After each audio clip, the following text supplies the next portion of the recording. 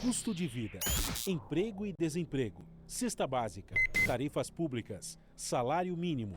Agora, na Brasil Atual, a análise do DIEESE. Nós vamos fazer contato agora com o diretor técnico do DIEESE, Fausto Augusto Júnior. Bom dia, Fausto. Bom dia, Glauco. Bom dia a todos. Fausto, nessa semana a CCJ da Câmara dos Deputados aprovou a admissibilidade da chamada reforma administrativa, a PEC 32, e agora o texto vai seguir para uma comissão especial, onde começa ali de fato a discussão do mérito. Como é que você vê essa aprovação, esse texto finalizado ali na CCJ, principalmente nesse momento, né, em que a população precisa tanto do serviço público, parece que teremos um novo ataque aos funcionários públicos, aos direitos deles, preservando apenas algumas carreiras. Então, Glauco, o Congresso Nacional avança aí com uma discussão de reforma de Estado e que, de alguma forma, em meio à pandemia, né, em meio a tudo que nós estamos vivendo, de alguma forma busca-se ali um processo acelerado de privatização do Estado e de transferência de boa parte aí dos serviços públicos para a iniciativa privada. É disso que se trata a reforma administrativa e que, de alguma forma, avança agora por dentro do Congresso Nacional, por ter passado ali por dentro da CCJ.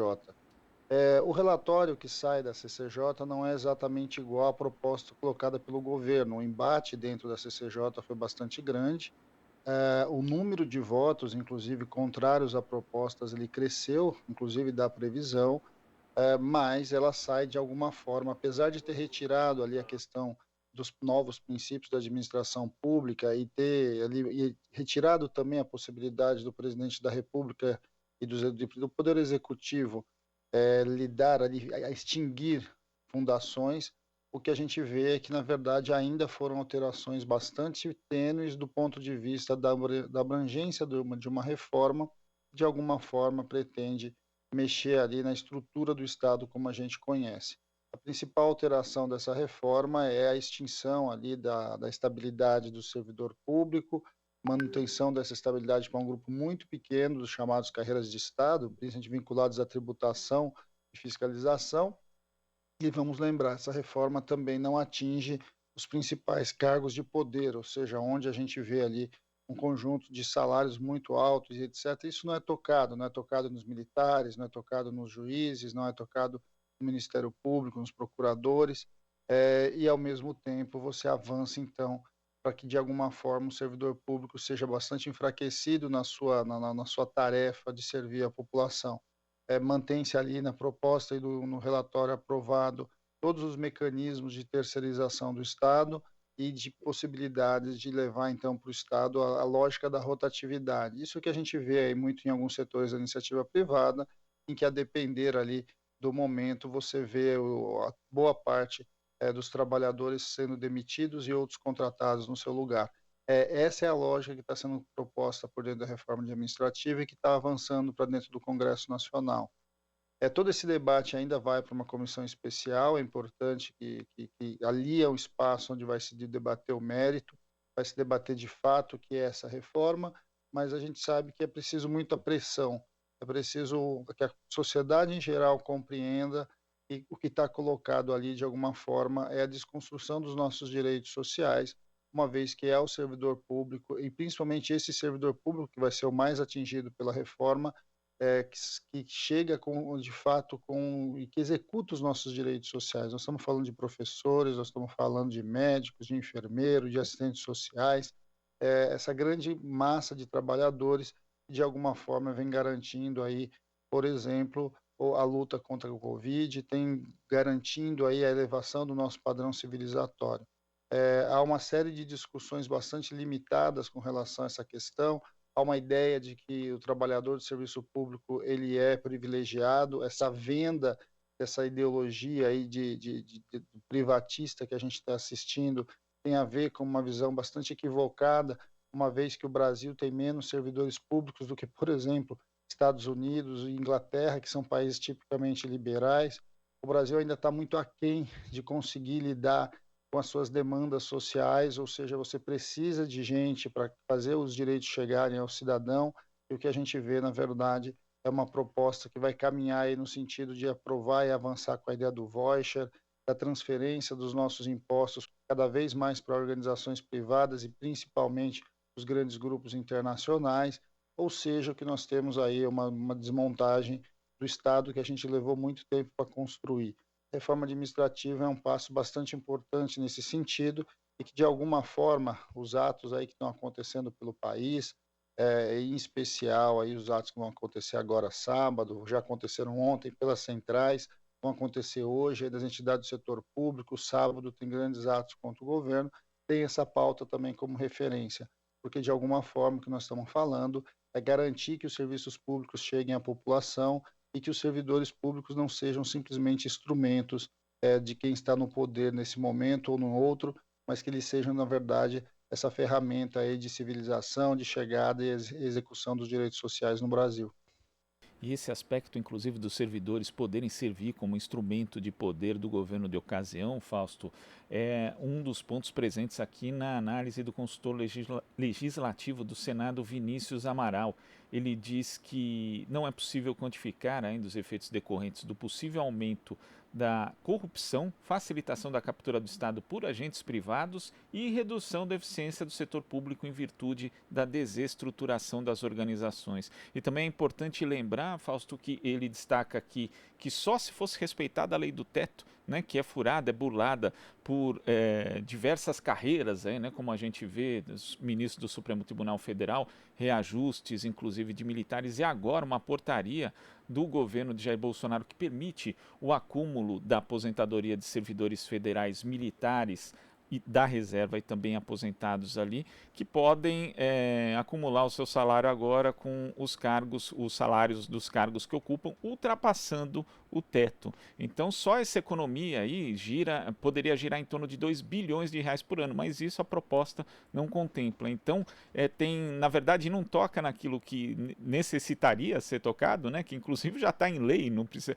a lei só precisa ser cumprida, que é o caso do teto, e ainda, não a lei do teto de gastos, né, a lei do teto do funcionalismo, mas e ainda desestrutura o poder público para que ele possa dar assistência à população, Fausto?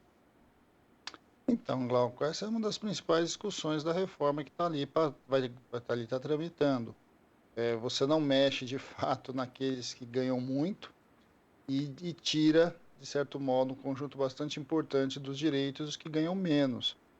Para você ter uma ideia do que nós estamos falando, os principais atingidos pela reforma administrativa, que são os servidores públicos municipais, eles ganham em torno de 2 salários mínimos e meio.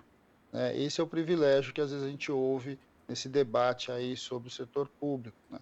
A grande maioria dos servidores, mais da metade dos servidores, estão alocados em estados e municípios e serão atingidos pesadamente. Essa reforma também trabalha, propagandeia a ideia de que só os novos servidores serão atingidos.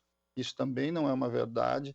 Ali a reforma tem mecanismos para atingir o conjunto todo de servidores da ativa e os servidores aposentados.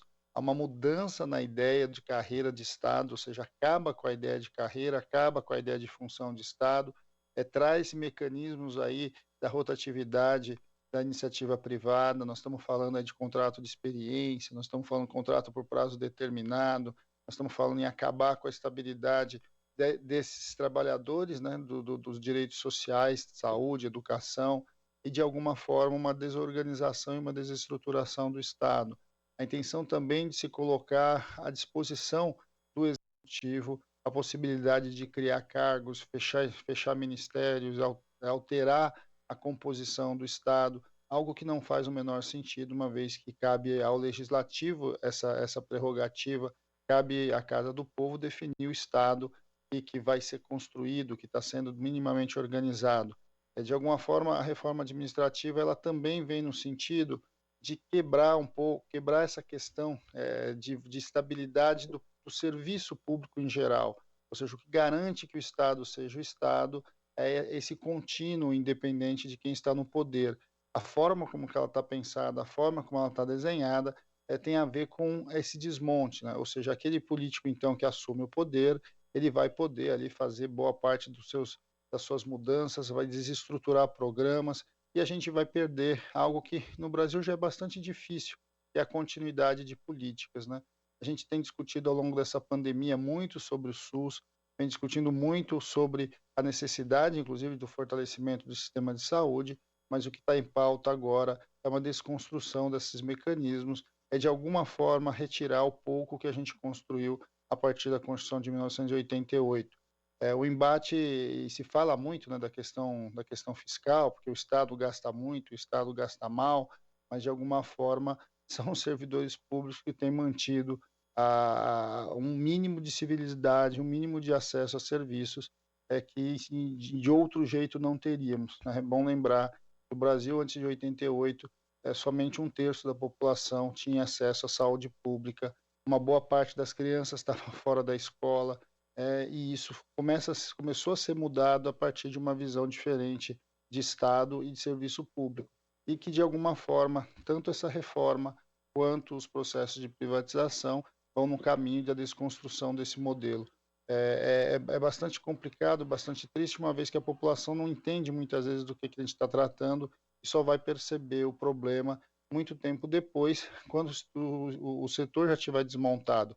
Vamos lembrar que o Chile, por exemplo, que é a referência dessa reforma, ele está, de certo modo, revendo isso 40 anos depois daquilo que de fato não deu certo. E aí a gente, de certo modo, tenta aplicar um modelo que hoje o mundo inteiro já começa a questionar. Fausto, e ontem também foram divulgados os números do Cadastro Geral de Empregados e Desempregados, o CAGED, mostrando uma desaceleração no ritmo de criação de empregos formais em abril. O governo anunciou 120.900 empregos formais criados nesse mês. No ano foram abertas 957.889 vagas com carteira assinada, segundo o CAGED. Sobre esse número, inclusive, de quase 1 milhão de postos de trabalho formais criados, a jornalista da BBC Brasil, Thaís Carrança, chamou a atenção porque o Ministério da Economia divulgou um gráfico fazendo aquilo que você já disse que não dá para fazer, Fausto, que é comparar os números do CAGED desse ano com o de anos anteriores até 2010, porque a metodologia mudou, então não teria sentido essa comparação. Mas teria sido esse período de janeiro a abril o de maior criação de empregos formais desde 2010. Aí depois o Ministério da Economia divulgou um outro gráfico dizendo que não, que na verdade tinha sido a geração de empregos menos que 2010, porque eles tinham esquecido de colocar o mês de abril na comparação com os outros. Ali só tinha abril de 2021, não tinha abril dos anos anteriores ali da comparação. Como é que você vê esses dados do CAGED, Fausto? Bem, Glauco, a gente já vem trabalhando já há algum tempo sobre esse debate sobre o CAGED, as metodologias mudaram, logo as metodologias são incomparáveis. Acho que isso é o primeiro dado, né? É difícil você comparar o histórico de um ano com o histórico do outro. A gente está vendo aí o mercado de trabalho gerando postos, isso é fato. Isso tem a ver com a forma como a gente vem abrindo a economia como um todo, de maneira desenfreada, ali, independente do número de mortos. É bom lembrar que, ao mesmo tempo que o CAGED está dando números positivos, a gente ultrapassou a barreira dos 450 mil mortos. Acho que isso é um dado para a gente pensar.